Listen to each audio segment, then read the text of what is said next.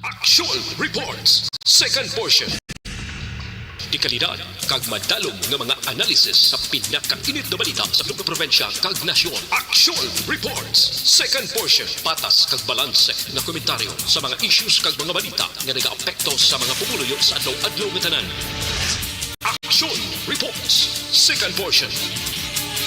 Upod sa veterano kag respetado nga komentarista, Aksyon Fred Salanga. Karon nga adlaw Biyernes pitsa 9 na bulan sang Setyembre tuig 2022. Aba, 107 ka adlaw na lang Pasko na. 114 dias na lang saylo na kita sa tuig 2023. Karon nga adlaw, anano ang mga balita kag isyu nga aton daydayon para sa aton mga tagpalamati. Isyu sa executive clemency kay Mary Jane Biloso. Apat ka opisyal anay sa Sugar Regulatory Administration inaluso kuno sang Blue Ribbon Committee pa sakaan kaso. Mayong balita para sa syudad sa Bacolod, groundbreaking na sang Bacolod Hospital. Wala na upang daw mapatindugan gikita sang hospital diri sa Bacolod. Pamatian tabi do may hearing ang sangguniang panglunsod kag mga opisyal sang Sineco. Ining aton mga balita kag isyu idulong sa aton sang Pag champion ang ginamit mo, may pagkakataon kang maging milyonaryo. Champion na, milyonaryo pa! Ilagay sa isang papel ang iyong name, age, address, phone number at pirmahan. Ilagay sa isang white legal-sized envelope at lakipan ng alinman sa mga required proof of purchase. Kasama dito ang tamang bilang ng empty sachets, wrappers at mga pouch ng Champion Superpower Detergent at Champion Antibacterial Fabricon. Sa labas ng envelope, ang isyu bala kay Mary Jane, ang grupo sang mga OFW. Ining grupo sang Overseas Filipino Worker nag-aabi-abi man kuno sa paningwa sang gobyerno sa pag-apila sang executive clemency para kay Mary Jane Biloso. Pero may gyutay nga pagkadisgusto kay bangod sa mga OFW ang Department of Foreign Affairs kag hindi mismo si Presidente Bongbong Marcos ang nangabay sang clemency kay Biloso. Suno sa mga OFW, mas may impact kuno kag may bugat kung si Presidente Marcos gid ang nag-apel sang clemency para kay Biloso. Gusto man, lain niya kon ang Presidente gid ang mag-apil. Kita na sila ni Widodo to sa Indonesia. Pero kung akon opinyon ang akon niya gusto ang ginhimo ni Presidente Bongbong Marcos. Delikadisa intahan mo yang panggobyerno sang pungsod Indonesia. Hindi ganito gusto yung entranta sa iban nga pungsod. Ginabuyayaw tayo ni mga Estados Unidos kag iban pa nga nagagad intra direya sa pungsod Pilipinas. Amo man ang matabo. Nga para sa akon kung mag-intra dito si Presidente Bongbong Marcos kag siya gina magbulubarica to daw hindi man amo delikadisa. Amo silingon daw wala ta ginirespeto ang korte sang Indonesia nga nagpamatbat sa kay Mary Jane Biloso. Hindi lahog-lahog mo sa heroin yan dalaya dito sa Indonesia. May mga aligasyon gininto siya sa mga sindikato pero ang buot silingon hindi na yarason. Ang akon punto dire kung ginhimo ini ni Bongbong Marcos kabalo siguro nga may kabudlay man intahan mo yang pamatbat sang korte to sa Indonesia kundi daw kalaway man.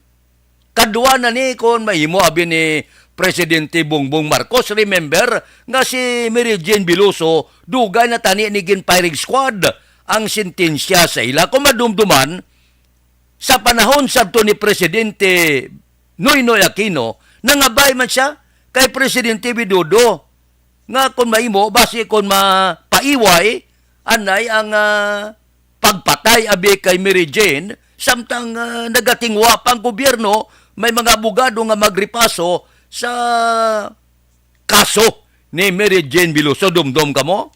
Ti ginatag to ang pangabay isang presidente nga si Presidente Aquino Saguna. That's why nga sa subong buhi pa si Mary Jane. Bangod gin pa iwayan na temporaryo ang pamatmat nga kamatayon kay Mary Jane Biloso.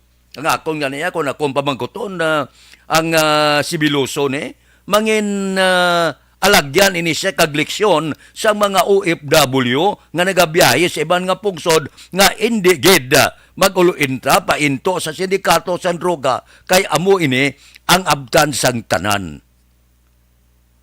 Tido ano bla na nga tuod gin guro gin tawtawan bla san dako-dako nga kwarta medyo gapangita ka trabaho ari na manin na ni wala sa maguna-una nga amuning madangta niya dito sa Indonesia. So para sa akon serbi ining eleksyon sa tanan nga mga OFW kag sa tanan nga nagabiyahe sa iban nga pungsod. Aksyon Radio Philippine Standard Time las 6:40. Mabalik ako pagkatapos ini. Barangay 684.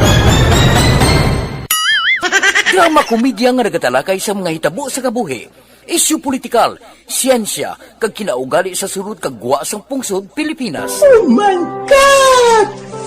Wow! Ang mga tagpalamati, magkakadlaw sa pagbabati paagi sa kalaglawan nga mga characters, kag mga eksena sa atong drama komedya, nga mahimo nagakatabo sa ila kasilingan, kapitan, mayor, congressman, senador, kag presidente man, nga makahatag kalingawan sa matag adlaw nga tanan. Gunggong! Barinig kita sa mukha eh! Barangay! Ari, amo na po. Nang si mama, wala di eh. Atos na bakulod. Sa akong birthday ganyan, maabot eh. Ako lang sa balay. Pero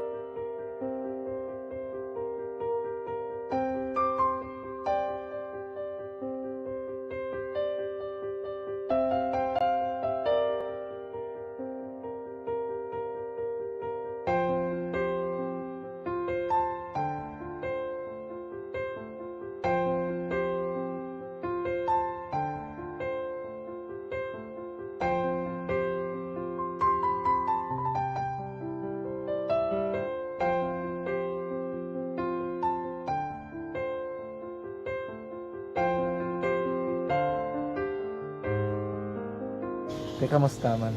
Ako na would like, eh, may ara gina na butang sa module nga search mo na. Tapos may ara nga ilang taon mo sa YouTube. Tiway ka man gamitan.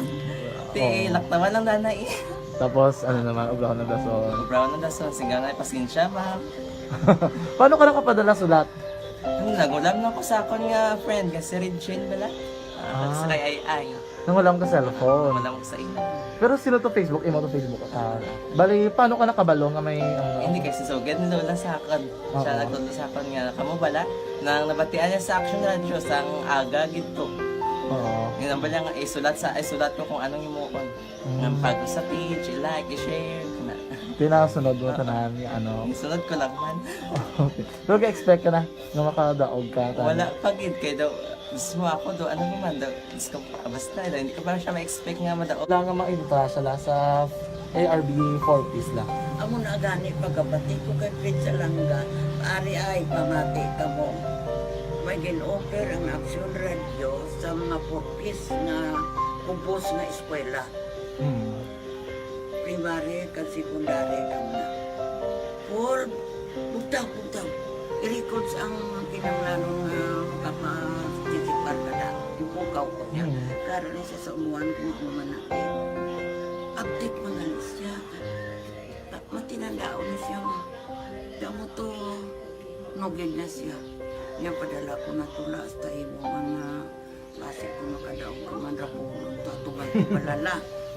Tisiling ko sa iya. Ako bala. Kung ano ang akong ginatulo sa iyo mo. Kayuan mo na. Pagdason, ang Action Radio, amo na siya ang toy-toy sa akon. Manakabati ako kay tungod Nga idol kong aksyon radyo nga permi ko da nga pamati hasta magapon. Kung itandaan ko nga program nila, mga angkor manda, siling ko pasalamatan tagi ng aksyon radyo. Kaya pag-open siyang panawagan, nabatian ko dayon. Kag nabuligan, kag nadala ka sa takpay. Dapat mong ginanga pamasalamatan ang aksyon radyo, ang tanan na reporter diratay. Kung wala ako nagapamatik kami sa aksyon radyo, wala kakaabong sa premium sa aksyon radyo.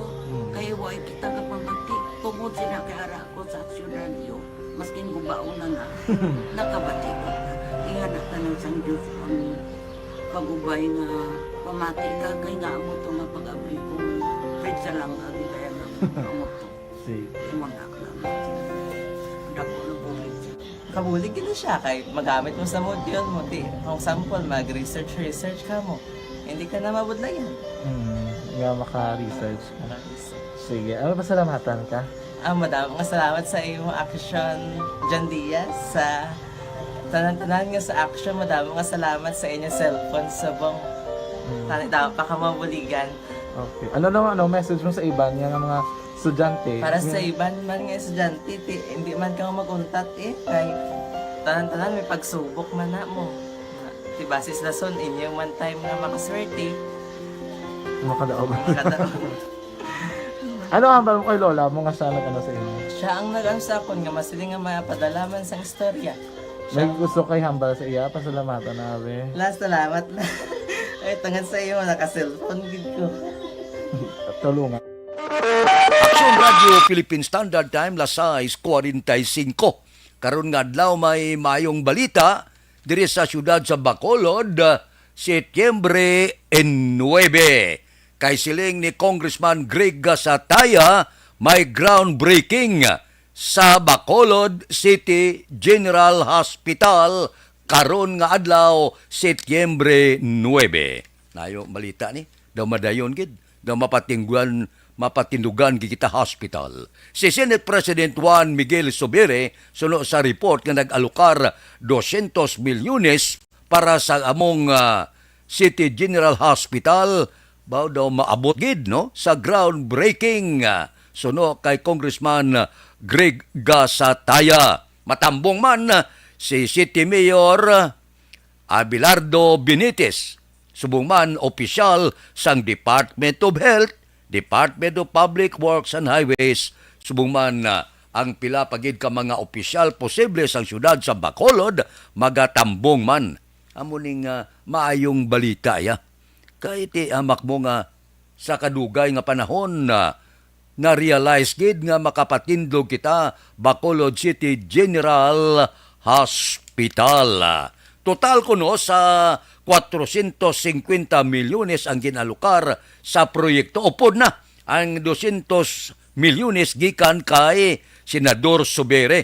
Ang 250 milyones para ini sa construction sang hospital nga building. Ang iba niya gamiton sa mga struktura sa iya sinipalibot. Ang construction sang hospital bao sa bulan na sang Oktubre. Mayo ini ang completion ti next year siguro 2024. Ang hospital hingadlan ini Bacolod City General Hospital, samtang ang bilog nga complex ihatag ang ngalan kay Chupilo Hinsuli Medical Complex bilang pasidungog nga nag-donar siya sang among duta. Amo na ni ang ginhandom naton bisan sa politika ginaisyu na ni ngag Bacolod ya, Lone District sa Bacolod wala hospital. Tiyari na ma-realize na naton kag mapatindog na ang hospital sa pagpatigayon ni Congressman Greg Gasataya. Nami balita ni, daon noblaya nga may ara kitaya Bacolod City General Hospital. Kasiling ni Congressman Greg Gasataya, magabaton ini siya sa mga pasyente dire sa Bacolod kag pwede man nga makabaton sa mga pasyente sagwa sa syudad sang Bacolod. Aksyon Radio Philippine Standard Time, lasais 48. Mabalik kami pagkatapos ini. winner for Digital Storytelling Best Social Media Video is John Dale Salazar, Bacolod, Aksyon Radyo Bacolod, Nurse, BHW, kag iban pa. Magluwas sa mga frontliners nga nagarisgo sang ila kabuhi sa sulod sang hospital. Nagakaangay man nga tagan naton sa pagkilala ang mga frontliner nga nagatrabaho sa sulod sang isolation facility. Ang mga doktor kag nurse nga nagarisgo man sang ila kabuhi sa pagtatap sa mga asymptomatic kag mild COVID cases. Ang mga barangay health workers nga gin-assign sa isolation facility, mga cook nga nagaluto sa mga pagkaon sa mga COVID positive. Ang extraction kag disinfection team sang syudad, ang mga utility personnel nga nagakuha sang basura sang mga pasyente. Ini ang mga frontliners kad nakitaan ko ang ila sakripisyo apisar sang manubo nga sweldo o kun allowance halin sa gobyerno. Ako si Action Dale, COVID positive sadto. Naka-recover sa masakit bangod sa bulig sang sini nga mga tawo. Madamo gid nga salamat sa tanan nga frontliners. Ano bala ang matuod nga lawong sa pagpalangga? Kalipay? Kasubo? Ukon kasakit? Mensahe sang paghigugma.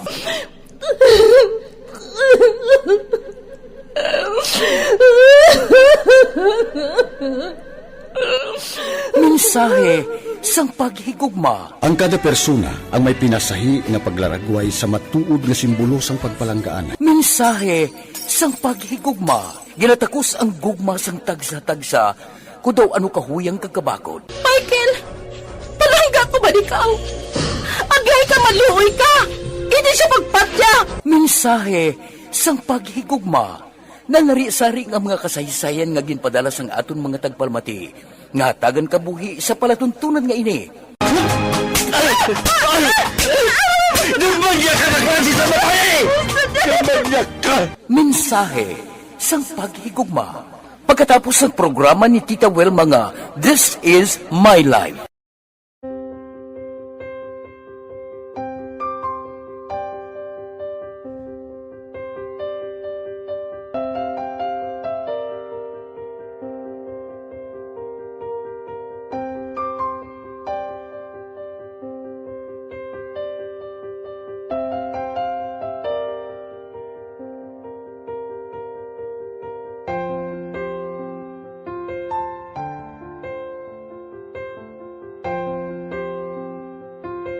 Di mara ang ilang nga mga bayo do tarapo gid siya.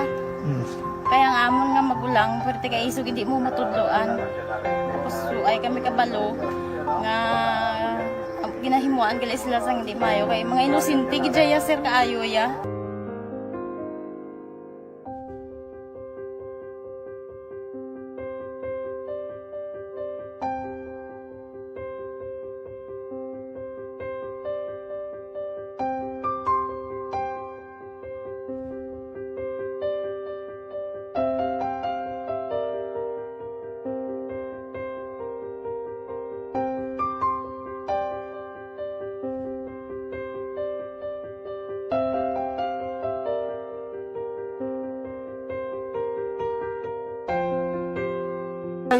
Hi, Tanay. Hi.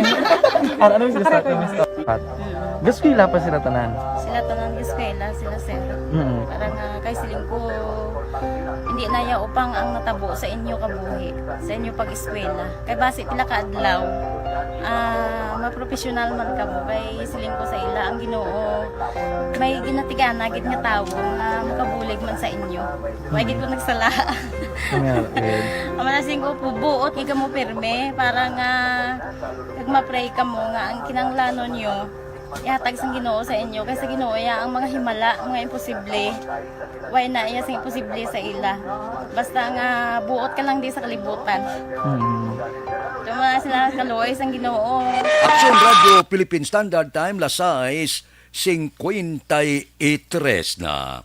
Mao karon nga adlaw gali may ara man hearing ang sangguniang panglunsod upod sa mga opisyal board member siguro sang Seneco. Mao ni Mayo ni ang pagpatawag naman sang hearing sa pagpanguna ni Konsyal Calao Puentevilla, chairman sang Committee on Energy. Namin ni pamatian ta ang mga luyag magreklamo kadto buto sa sanggunian panglunsod. Ang Meralco sa Manila kundi kung mapataas sila sang sukot, ginapagwa lang sa balita. Dutay ang gareklamo. Dapat kuntani nga purte man ang balbal sa Meralco kay mapataas sila sa balayran sa kuryente. Hindi tama kay bisan nagpataas sila sa balayran sa kuryente, ang serbisyo siguro mayo, amo na bla silingko, nga bisan magbayad ka man sang sulo-sobra nga hindi man tuman kadako gid kung mayong serbisyo na mabawi-bawi balang kalain sang buot mo. Diri ya sukton ikaw sang hindi magwanta pwerte kataas nga balayran, ang serbisyo lawlaw pa. Hindi maglain buot mo na nga nagkalaguba ng kagamitan mo sa sulod sang balay. Ipatay siga pa nila ang kuryente.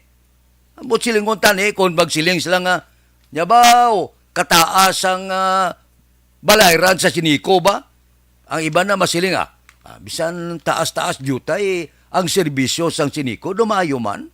Daw wala man brownout, husto man ang serbisyo, wala patay sigang, hindi maintindihan, kagida esplikar mayo, kung dako ang balayran, diriya wala gid. Amo na nga purting reklamo sang mga konsumidor. Kahit hindi maintindihan mo, hindi maintindihan na pasaka sa presyo, hindi maintindihan ng serbisyo. Patay siga, isa kadlaw, tagtatlo, kapat patay siga, gubuon niya tanan mo gagamit sa sulod sa puluyan.